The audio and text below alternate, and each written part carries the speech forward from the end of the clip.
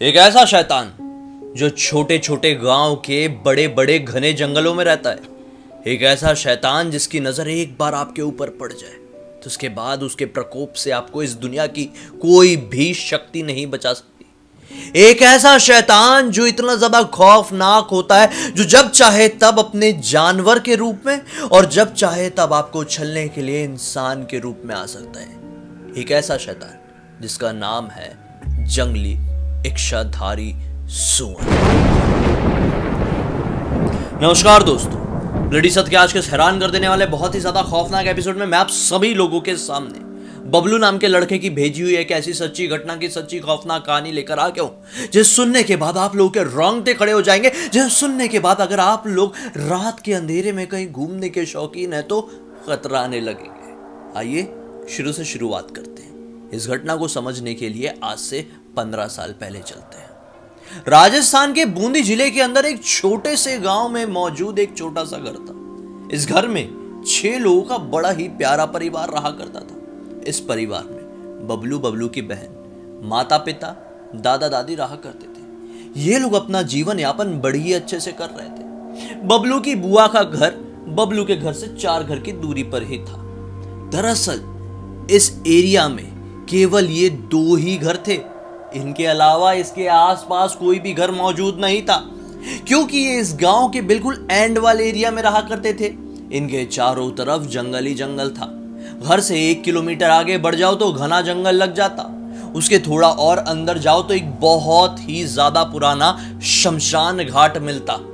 एक ऐसा शमशान घाट जो कि कितना पुराना है, इसकी जानकारी तो उस गांव के सबसे ज्यादा पुराने इंसान को भी नहीं थी।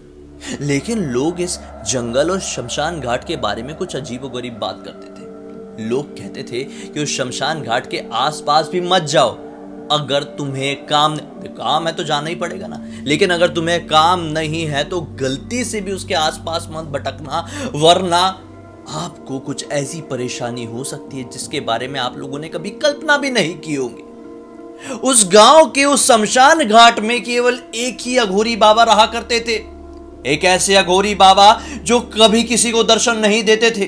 कभी किसी ने दूर दराज के इलाके से उनको गुजरते हुए देख लिया तो बहुत बड़ी बात है, अपने आप में ही उनको देख के तृप्त हो जाते थे। लेकिन वो अघोरी बाबा इतने ज्यादा पावरफुल थे, लोग मानते थे कि वो अघोरी बाबा को एक बार ही देख ले तो उनका पूरा दिन बन जाता था। वो अघोरी बाबा पूरी तरीके से पॉजिटिविटी से भरे हुए थे।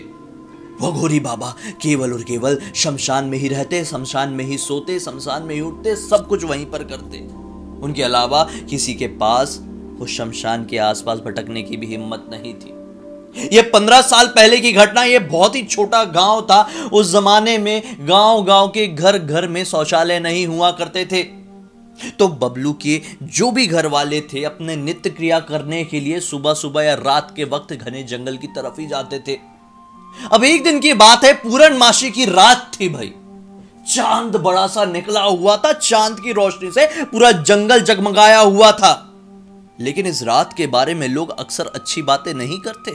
कुछ लोग तो बोलते हैं कि ये रात बहुत ही ज्यादा शुभ अवसर लेकर आती है, तो वहीं पर बहुत सारे लोग ये कहते हैं कि एक ऐसी रात होती है जहां पर काली शक्तियां कुछ ज्यादा ही जागृत हो जाती है। सच्चाई किसी को नहीं मालूम, जितने मुंह उतनी बातें। लोग तो ये कहते हैं कि उनकी दुनिया को समझना पूरी तरह से असंभव है, हम भी वही कहते हैं।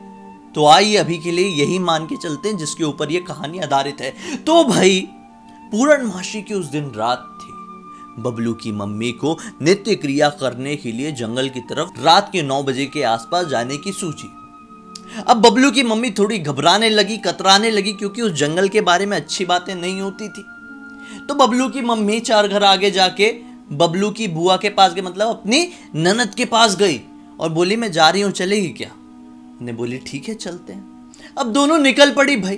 अंधेरा था, सन्नाटा था, घना जंगल था। काफी दिनों से दोनों मिले भी नहीं थे, अपने अपने घरेलू काम में व्यस्त थे। तो बातचीत करने लगे। बातचीत करते करते करते करते करते करते वो कहां निकल गए उन्हें पता ही नहीं चला।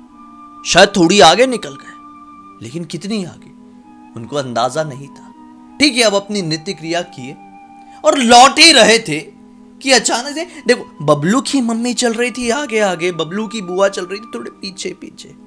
बातें कर रहे थे, थोड़ी आगे बढ़े, लेकिन अचानक से बबलू की मम्मी को रिस्पॉन्स मिलना बंद हो गया। पलट के देखी तो क्या पाई, अरे मेरी ननद तो है ही नहीं, कहाँ गई? हम लोग आज बातें करते करते ये घने जंगल के अंदर एंटर भी कर गए थे, वो कहाँ चली गई? बबलू की मम्मी थोड़ी घबराने लगी, उन्हें ढूंढने लगी, इधर उधर जाने लगी। अचानक से उनकी नजर पड़ती है बरगद के पेड़ के पीछे से मौजूद निकलते हुए एक अजीबोगरीब जानवर पे। यह जानवर का कद काफी बड़ा था, एक विकसित से गाय के बछड़े के बराबर। यह देखने में पूरे काले रंग का था, इसकी लाल चटकदार आंखें थी और हुलिया एक सूअर का दिखाई दे रहा था, एक खौफनाक सूअर जिसके 2 दांत निकले हुए थे, ताकतवर दिख रहा था, हट्टा कट्टा देख रहा था। ये घबरा गई, उसे श्श करके भगाने की कोशिश की, लेकिन वो नहीं भागा। अब गुस्से में थोड़ा आगे बढ़ी कि डर के भागे, तो वो थोड़ा सा आगे चला गया, भाग गया। अभी फिर ढूंढने लगी अपनी ननद को कि ननद कहां गई, ननद कहां गई। आवाज ले लेके पुकार रही है, ललिता ललिता। जवाब नहीं मिल रहा है, ये टेंशन में आ गई।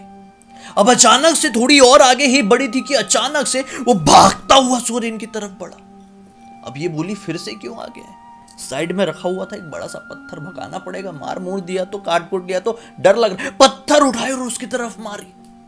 अब वो सूअर घबराने वाला थोड़ी था, वो सूअर जैसी पत्थर मारी वो एक ऐसा झटका हटा और अचानक से वो अपने 2 पैर में खड़े हो गया। उसका जो शरीर है वो जानवर के शरीर से कुछ इंसानी शरीर में तब्दील होने लगा। जैसे ही बड़े ध्यान, पहले तो उनको ऐसा लगा कि मेरी आंखों का वहम है, लेकिन बड़ी ध्यान से जब उस चीज को देखी तो हक्की बक्की रह गई, पैरों तले जमीन निकल गई और वहीं पर बेहोश होकर गिर गई। अब बुआ कहीं खो गई थी। थोड़ा अंधेरा तो था, पूर्णमासी की रात थी, लेकिन इतनी स्ट्रीट लाइट हैलोजन लगा के थोड़ी रहता कोई जंगल में। अंधेरा था इसलिए खो गई थी वो। ढूंढते ढूंढते आ रही थी, जैसी देखी अरे बेहोश हो गई है मेरी भाभी। तो भाभी को उठाने की कोशिश करी, लेकिन पत्तों की एक छड़छड़ करने की आवाज है उनके थोड़े आगे से। जब उन्हें छड़छड़ होते हुए पत्तों की तरफ देखी तो क्या पाई, ये एक इंसान जिसके शरीर में काले रंग के बाल ही बाल है, कुछ अजीब सा झुक के चल रहा है, लंबे लंबे नाखून है और सूअर की तरह मुंह निकला हुआ है और ऐसा कुछ दांत भी निकला हुआ है, इनकी तरफ बढ़ रहा है। इतनी जोर से चिल्लाए जितनी शरीर में ताकत रही होगी ना, उससे डबल जोर से, और नॉन स्टॉप भागी गांव की तरफ, चिल्लाते हुए भागी। गांव के लोग तो कुछ सो भी चुके थे, रात के 9 सवा 9 बज रहे थे, लेकिन गांव के लोग भी उठे, बोले क्या हो गया क्या हो गया। गांव के लोग इकट्ठा हो गए, दूर से आए, बताई सारी बात की क्या हुआ है क्या नहीं। गांव वालों ने बोले जाके देखना पड़ेगा। कुछ लोगों ने पकड़े लालटेन, कुछ लोगों ने पकड़े लठिया और कुछ लोगों ने पकड़े मशाले और बढ़ गए जंगल की तरफ, ढूंढने लगे। लेकिन कहां मिलनी थी, नहीं मिली।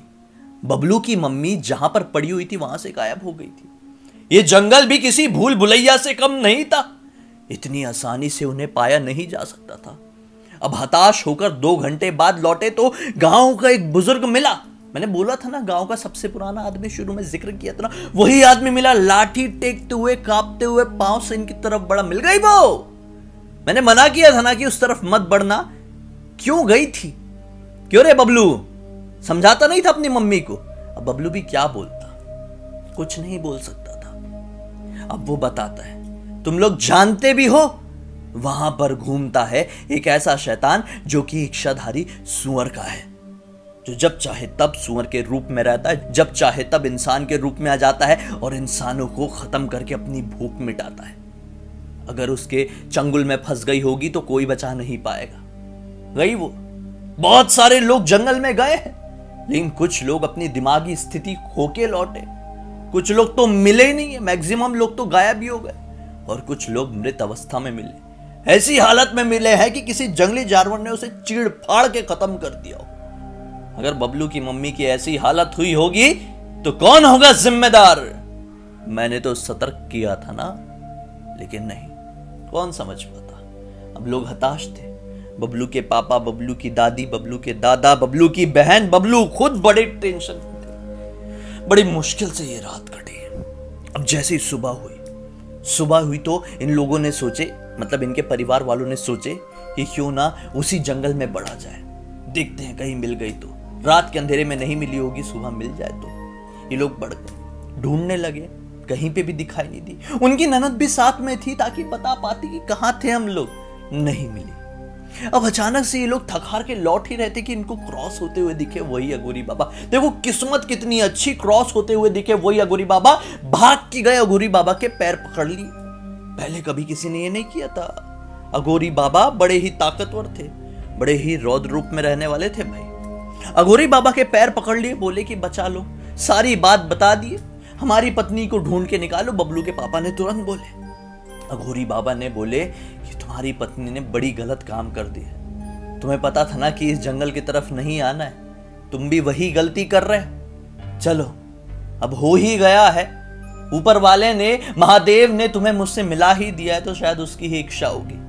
अघोरी बाबा ने बोले कि मेरे साथ साथ शमशान चलो। ये लोग बड़ी हिम्मत बांध के पहली बार शमशान की शक्ल देखे वहां तक गए। अघोरी बाबा ने अपने कुछ ऐसे सामान निकाले, कुछ सामग्रियां निकाले और बैठ गए सामग्रियों के सामने। सब लोग को बिठा दिए, एक एक गोला घेरा बना के लगभग आधे 1 घंटे कुछ जाप किए मंत्रों का। अघोरी बाबा ने उसके बाद अपनी आंखें खोले और बोले चलो मेरे साथ। अघोरी बाबा बढ़े, ये लोग पीछे पीछे पीछे पीछे। जंगल के एक कोने में एक पेड़ के नीचे पड़ी हुई थी बबलू की मां, बड़ी ही संदिग्ध हालत में, मानो कि सांसें भी चल रही है कि नहीं, समझ में नहीं आ रहा था। देखकर भाग के गया बबलू, और बबलू की बहन चेक की, नब्ज और सांसें चल रही थी, शुक्र था। बाबा ने बोले कि जिंदा है, जिंदा है। वो शैतान ने यहां पर उसे पटक कर चले गया है, शायद वो अपना शिकार बनाने वाला था, लेकिन किस्मत अच्छी थी, महादेव की कृपा थी, किसी जन्म के अच्छे कर्म थे कि शायद शैतान ऐसे ही छोड़कर चला गया। शायद वो बाद में आकर अपना शिकार बनाना चाहता हो, शायद पता नहीं क्या कारण रहा हो, बस वो छोड़ के चले गया था। शुक्र मनाओ तुम्हें सही सलामत मिल गई, लौट जाओ। अब देखो 2 स्थितियां हैं तुम्हारे सामने, या तो इस औरत का दिमागी संतुलन खो जाएगा, या तो इस औरत की कुछ ही दिनों बाद मृत्यु हो जाएगी। बचने का क्या तरीका है? एक ही तरीका है, ये गांव, ये सीमा छोड़ के हमेशा हमेशा के लिए चले जाओ, हमेशा हमेशा के लिए, लौट के मत आना। अगर तुम यहां से निकल जाओगे तो शायद उसका प्रकोप कम हो जाएगा, खत्म हो जाएगा। ये लोगों ने उसकी बात मानी और उस गांव की सीमा से और लगभग 7 से 8 गांव दूर जाकर अपना घर वापस से बसा है। उनकी तबीयत कुछ दिन तक खराब रही, दवाई इलाज चला, लेकिन ठीक हो गई। आज सब कुछ ठीक है। आज 15 साल बीत गए, बच्चे बड़े हो गए, सब शांति से चल रहा है, और भगवान करे इसी प्रकार से चलता रहे। आज भी जब भी वो परिवार वाले उस रात को याद करते हैं तो खौफ से सर से लेकर पैर तक पूरी तरह से कांप उठते हैं दोस्तों। भगवान ना करे ऐसा कोई मंजर किसी के सामने आए, किसी को कुछ ऐसा एक्सपीरियंस करना पड़े। तो खैर दोस्तों, अब तक इस वीडियो को देखे हैं, कोई नई जानकारी, कोई सीख या किसी भी तरह का मनोरंजन मिला है भाई, तो लाइक जरूर कर देना। चैनल को सब्सक्राइब करके बेल आइकन दबा के ऑल के ऑप्शन में क्लिक कर देना, क्योंकि इसी तरह के हैरान कर देने वाले खौफनाक अनोखे वीडियो आप लोगों के सामने डेली लेके आते रहता हूं। इंस्टा की लिंक इस वीडियो के डिस्क्रिप्शन बॉक्स में जाए, क्लिक करके डायरेक्टली वहां पर पहुंच जाना। और इसी तरह की कोई भी कहानी या टॉपिक आप लोगों के पास भी है तो लिंक भेजिए ना, हो सकता है मेरा अगला वीडियो आप लोगों के हिसाब से ही बन रहा हो। चलिए कल फिर से मिलता हूं, तब तक के लिए बहुत बहुत धन्यवाद। आप लोग का दिन शुभ हो।